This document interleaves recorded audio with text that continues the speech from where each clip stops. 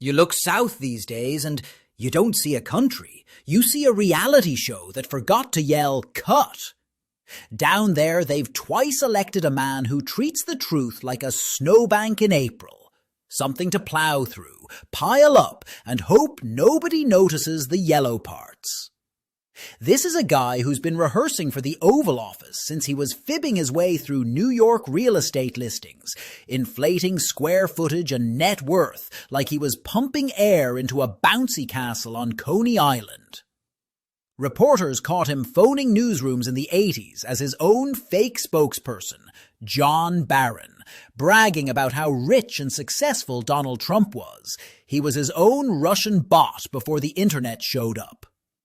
Fast forward through the bankrupt casinos, the creative tax strategies, and the ghost-written business Bibles where he actually praised truthful hyperbole, which is just a fancy way of saying, I lie, but with jazz hands. That's the operating system. Facts aren't foundations, they're props, and if the set starts to wobble, you don't fix the building, you yell at the stagehand. By the time he hit the 2016 campaign trail, the fact-checkers had to build a separate spreadsheet just to keep up. One major tally clocked 30,573 false or misleading claims in his first 4 years as president, more than 20 a day, every day, like a national gaslighting subscription service. Election lies, crime lies, crowd size lies. If he'd told the truth once an hour, the markets would have treated it like a black swan event. And when he lost in 2020, he didn't just dispute the score, he tried to rewrite the rulebook, insisting there was massive fraud, while courts, including judges he appointed, looked at the evidence and basically said, "You've got less here than a Leafs playoff run in May." No proof, dozens of losses, and still the story stayed the same. Because in his world, repetition beats reality.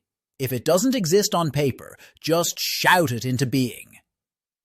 Here's where it turns from farce to hard news. That war on truth didn't stop at the water's edge.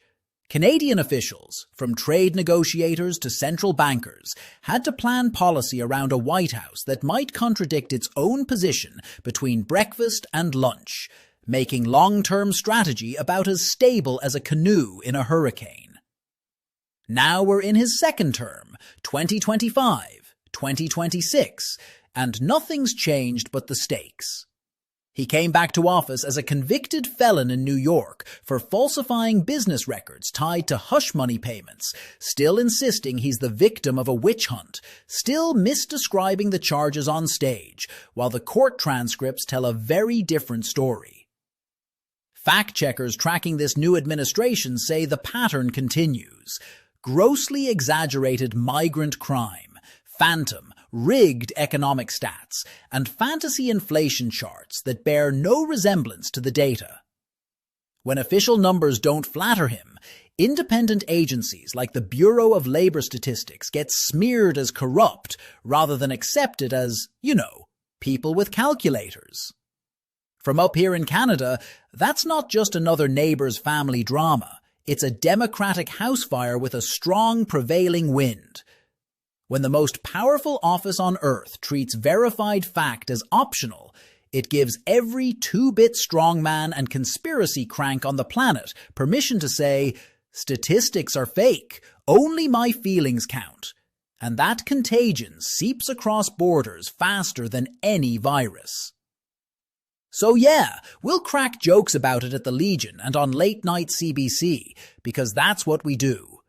But underneath the laughs is the cold, hard, journalistic line. For half a century, Donald Trump has treated truth not as a compass, but as clutter, something to shove aside on his way to the mirror.